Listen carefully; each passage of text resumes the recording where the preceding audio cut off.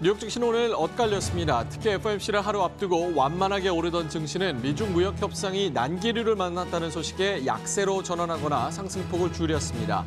미국 측의 관세 완화 움직임을 보이지 않자 중국이 발을 빼려는 움직임이 관측됐다는 소식이 악재였습니다. 지금까지 미국 측의 요구를 나름 잘 수용했던 중국이 미국의 강경한 기조에 협상을 중단할 가능성까지 보인 것으로 블룸버그 통신이 보도했습니다. 특히 지적재산권 부분까지 양보했지만 관세 철회를 확약받지 못하고 있는 부분이 걸림돌이 되고 있다고 설명했습니다. 국제유가는 0.1% 소폭 하락해 4개월 내 최고치 수준에 머물러 있습니다. 오늘도 배럴당 59달러 선에서 거래를 마쳤는데요. 전날 오펙 회원국들과 산유국들이 감산에 대한 회의를 가졌는데 감산 순응률이 90%를 기록했다고 밝히면서 순항하고 있는 것으로 밝혀졌습니다. 미국이 위안화 강세를 강요할 필요가 없어 보인다는 분석이 나왔습니다. 압력 없이 경제적인 요인으로 인해 안정세를 보일 것이라고 월스트리트 저널이 보도했는데요. 실제로 11월 이후 위안화는 3%가량 올랐습니다. 하지만 중국의 부동산 시장 위축, 주식시장 거품이 위안화를 흔들 최대 변수가 될 것으로 보입니다.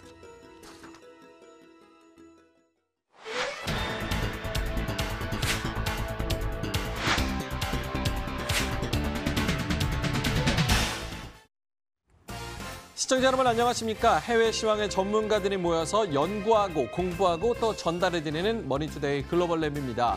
방송 보시고 저희 1시간이 충분치 않으실 겁니다. 이슈 관련해서 그리고 종목 관련해서 궁금하신 점이 분명 있으실 텐데 이것은 지금 아래 나오는 전화번호로 013-3366-8288번으로 문자를 주시면 저희가 항시 답변을 드리고 있고요.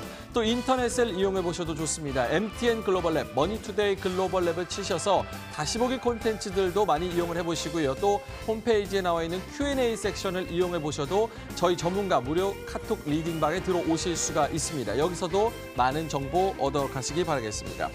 자, 오늘 뉴욕 증시는 엇갈렸습니다. 엇갈린 장세를 보였는데요. FOMC를 하루 앞두고, FOMC 결과를 하루 앞두고 나서 완만하게 오르던 증시는 약세 전환을 하거나 아니면 상승폭을 많이 줄였습니다. 바로 외신의 보도 때문이었는데요. 미중 무역 협상에 한 번 더 걸림돌이 되면서 증시의 발목을 잡는 모양새였습니다. 미국 측이 관세 완화에 대한 움직임을 보이지 않자 중국 측이 이제는 역으로 발을 빼려고 하는 움직임이 보였다라는 블룸버그 통신이 있었고요. 어쨌든 간에 뭐 4월쯤에 이 중국 측에서 또 워싱턴을 방문하고 또 미국 측에서도 베이징을 방문해서 여러 가지 협상이 있을 것으로 보이는데요. 양측은 4월 말에 협상 타결을 목표로 하고 있다는데 여기까지는 아직까지는 조금 마지막 관문이 남아 있는 것으로 판단이 되고 있습니다.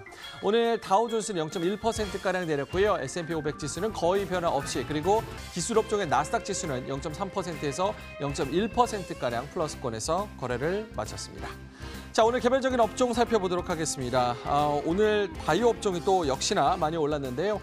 오늘 가장 많이 오른 종목은 84% 급등한 시네코였습니다. 중국 하면은 뭐 여러 가지 식물 관련해서 생각이 많이 나죠. 티도 있고요. 그리고 나무도 있고 이런 웰빙에 초점을 맞춘 식물 기반 제품의 유통 생산사입니다. 사업 내용 같은 경우는요. 나포나라는 특수 직물 제품과 산출물이 있는데 오늘 뚜렷한 상승 이유가 있었습니다. 바로 미국 증권거래위원회 SEC에서 공정 공시 규정을 내놨는데 여기서 시네코가 마리화나 시장의 진출을 위해서 자회사를 설립했다라는 소식이 나오면서 오늘 84% 급등했습니다. 특히나 요즘 마리화나 시장에 대해서 말들이 많은데 여기서 급등하고 있는 업종들도 많고요. 종목들도 많은데 이제 이런 유기농 제품을 생산하는 중국 유통사가 마리화나 시장까지 진출을 한다라는 소식에 급등세를 보였습니다. 자, 두 번째로는 백사트입니다. 44.44% 올랐는데요. 경구용 제조합 단백질을 백신을 임상 중인 회사입니다. 상승 이유가 있었습니다. 노로바이러스 아시죠? 노로바이러스 백신의 임상 일상 실험을 진행한다라는 소식에 44% 올랐는데요. 결과가 나온 것도 아니고요. 기대가 된다는 것도 아니고요. 임상 실험을 시작한다라는 소식에 40% 넘게 올랐습니다. 세 번째로 역시나 나스닥에 상장돼 있는 소렌토 테라피틱스입니다. 면역 항암제를 개발하는 바이오 제약사입니다. 우리나라 시간으로 3월 11일에 유한양행 그리고 미국 소렌토의 합작회사인 이뮤논시아가 면역 항암제 일종 3세대 항암제를 국내 임상 1상을 성공리에 마쳤다라는 소식이 나왔습니다. 3월 11일에 이런 소식이 나왔고 조금 뒤에 호재가 반영이 되면서 39%, 40%가량 급등했습니다. 자, 우리나라와 뉴욕 증시의 가교 역할을 하면 MSCI 한국 펀드 지수 함께 살펴보겠습니다. 삼성전자, SK하이닉스가 21%, 5%가량 포함되어 있는 블루칩 펀드고요. 달러 거래로 되면서 원달러 환율에도 영향을 받죠. 0.2%가량 오늘 하락했습니다. 어제 코스피가 0.1%가량 하락했는데요. 외국인들이 소폭 매도세를 보였고요. 오늘 MSCI 한국 지수는 0.2%의 약세였습니다. 하지만 반대로 FTSE 지수는 0.6%가량 올랐습니다. 여기도 삼성전자가 17% 포함되어 있지만 하지만 코스닥 종목들이 중간중간 많이 포함이 되어 있어서 코스닥의 개별 아웃퍼폼이 여기에 많이 반영이 됐다. 그렇기 때문에 조금 MSCI 한국 지수와는 반대되는 흐름 0.6%가량 플러스권에서 거래를 마쳤다. 이렇게 이해를 하시면 될 것 같습니다. 자, 이외에도 글로벌 시황 마감 상황 살펴보도록 하겠습니다. 시황센터의 김미지 앵커 연결합니다.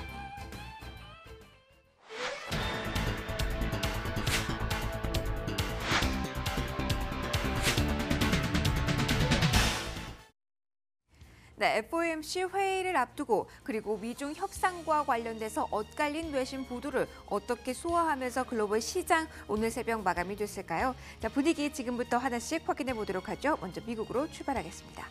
조금 전 마감한 미국 주식시장 앞서 헤드라인에서도 확인하셨다시피 좁은 범위 내에서 등락 이어나가다가 혼조세로 거래 마감이 됐습니다.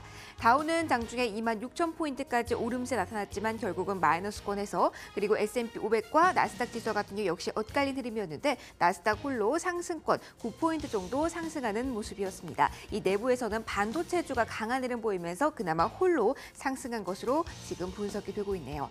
자, 일단 FOMC 앞두고 있는 시장이기 때문에 경계감만큼은 뚜렷한 지금 시작의 모습입니다.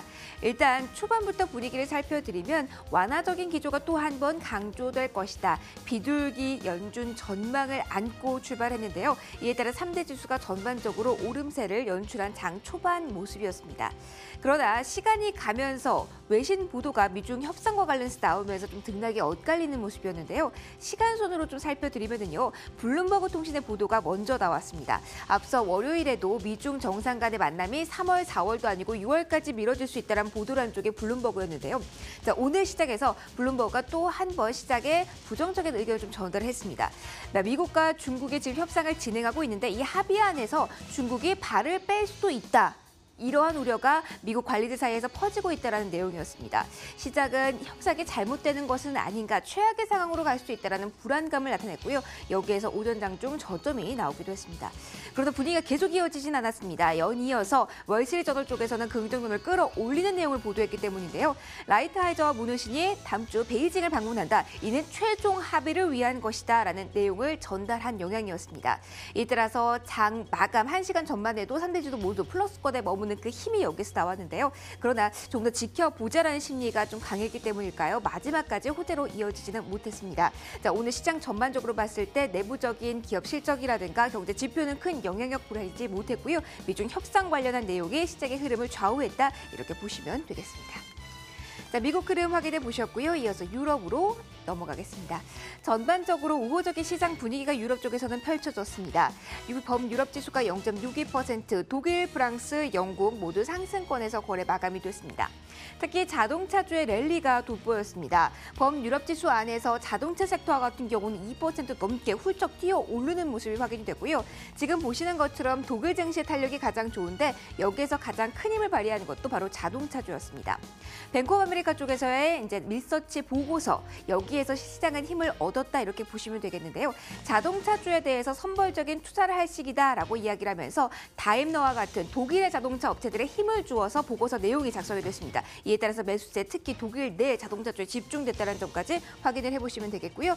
브렉시트, FOMC 여러 가지 불확실성 속에서도 유럽 증시는 상승이었습니다. 아시아로 넘어가겠습니다. 자, 아시아 증시 전반적으로 좀 쉬어가는 모습이었습니다. 차익 실현 매물 속에 일본 증시 결국은 소폭의 하락률을 기록했고요. 중국 상하이 종합지수 역시 3천선은 지켜냈지만 좁은 범위 내에서 등락 이어나다가 결국은 아래쪽으로 살짝 밀려났습니다. 정보기술과 경제 소비자 업종은 강세를 보였지만 특히 부동산주의 하락폭이 좀 두드러졌고요. 홍콩은 소폭의 상승률을 기록했습니다. 큰 폭의 움직임은 아니었다라는 점을 지금 확인하실 수 있으실 겁니다. 동남아시아 주식시장으로 가보죠. 인도네시아 주식시장이 5거래 만에 하락 쪽으로 이제 방향을 틀었습니다. 0.45% 정도 내렸는데요. 다음 달 대선 그리고 이번 주 통화정책회의를 앞둔 경계감이 부각되고 있는 시점입니다. 이번 주 통화정책회의에서는 4개월 연속 금리 동결이 나올 것으로 예상은 되고 있지만 시장 좀 숨죽이고 기다리는 모습이고요. 베트남 증시 가파르게 올라왔다가 어제는 금융주 중심으로 차익 실현 매물 대거 소화하면서 0.52% 올랐습니다. 태국 주식시장과 같은 경우는 동남아시아 내에서 가장 탄력이 좋았다라고 볼 수가 있는데요. 0.77% 플러스로 거래 마감이 됐습니다. 또 다른 신흥시장 남미로도 향해 보겠습니다. 자, 흐름 엇갈렸습니다. 브라질 주식시장 같은 경우 0.41% 내리면서 만선 10만선 도전에 또 한 번 실패하는 모습이었네요. 아르헨티나는 1.61% 내렸고요. 멕시코와 같은 경우는 홀로 상승권에서 거래 마감이 됐습니다. 자, 이제 외환시장으로 넘어가 보시죠.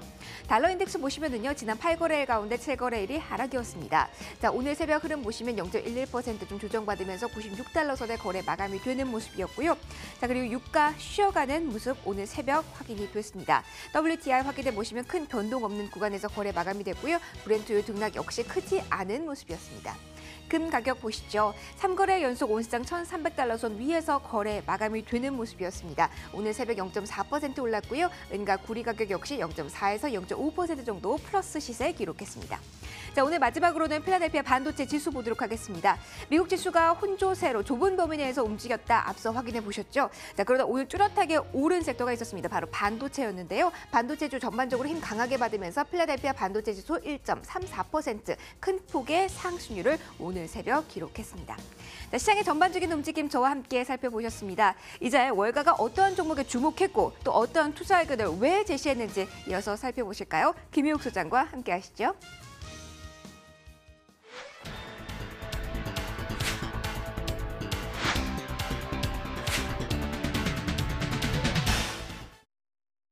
한 주의 딱 중간 수요일 아침 글로벌 랩과 함께하고 계십니다.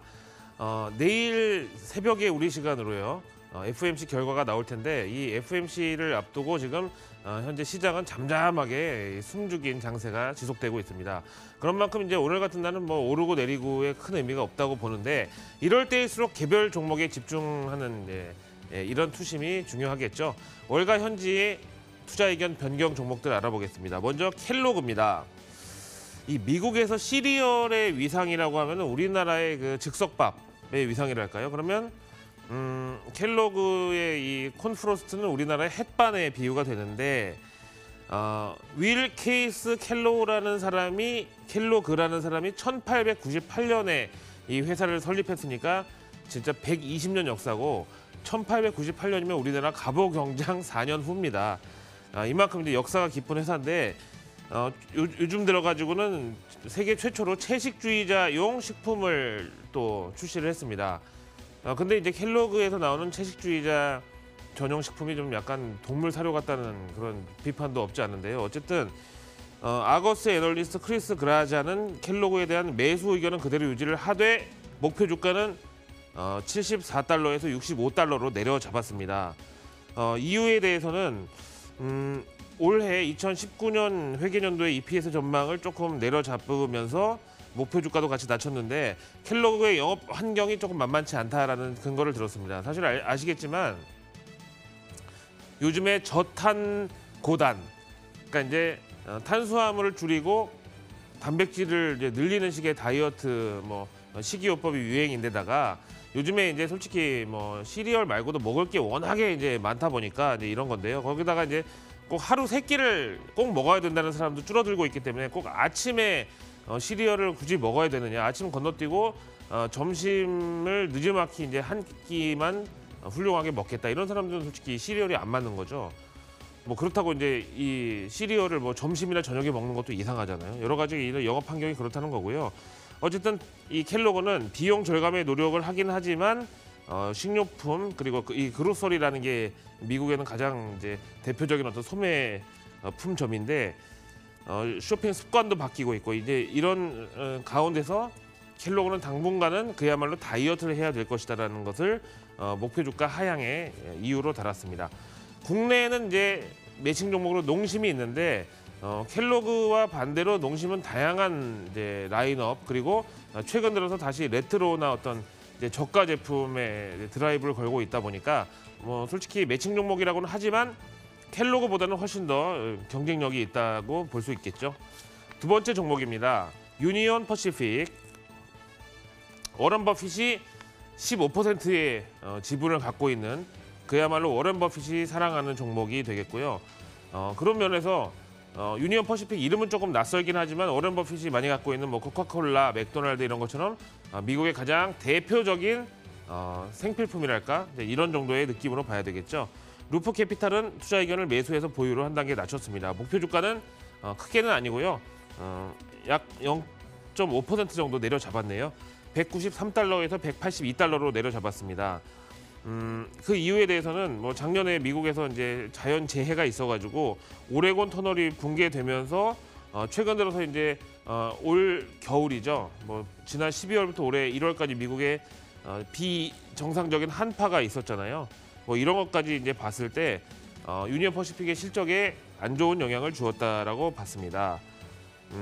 미국에서는 23개 주에 걸치는 화물 운송을 담당하는 그야말로 운송 담당 대표 기업으로 볼 수 있는데 우리나라 매칭 종목으로는 한진이 되겠습니다. 근데 솔직히 뭐 우리나라 뭐 철도는 뭐 코레일 같은 경우는 솔직히 여객 그 사람들 운송을 담당으로 하고 있기 때문에 유니온 퍼시픽하고 좀 매칭된다고 보기 힘들고 그다음에 이제 운송주 중에서 찾다 보니까 이제 대표주로 한진을 꼽았는데 뭐 그냥 그야말로 뭐 매칭만 해주었을 뿐이지 크게 유의성은 없다고 봅니다. 다음 세 번째 종목은 게임주입니다. 소니의 플레이스테이션 대중화에 기여했다고 할 수 있겠습니다. 일렉트로닉 아츠. 축구 게임 뭐 이거는 우리나라에서 모르는 사람이 없을 정도로 그때 그거가 유행을 하면서 소니의 플레이스테이션을 그거 하려고 샀다는 사람들이 많았는데 어쨌든 스포츠 게임 그리고 요즘에는 가상현실 게임까지 영역을 넓히고 있는 일렉트로닉 아츠 되겠습니다. 요거 딱 키면은 처음에 EA 아츠 하면서 이제 그 멋있는 성우의 목소리가 나오잖아요. 모간 스탠리에서는 비중 유지 의견을 내면서 목표 주가는 10% 정도 높여 잡았습니다. 최근에 이제 신제품 포트나이트라는 게임이 흥행을 하고 있다는 점도 들었고 대신에 비중을 아직까지는 확대하기보다는 목표 주가를 조금 올려 잡는 게 좋겠다라고 얘기했습니다. 국내 매칭 종목으로는 NC소프트하고 네오위즈가 해당되겠습니다. 월가 현지 투자 의견 변경 종목들 살펴보셨습니다.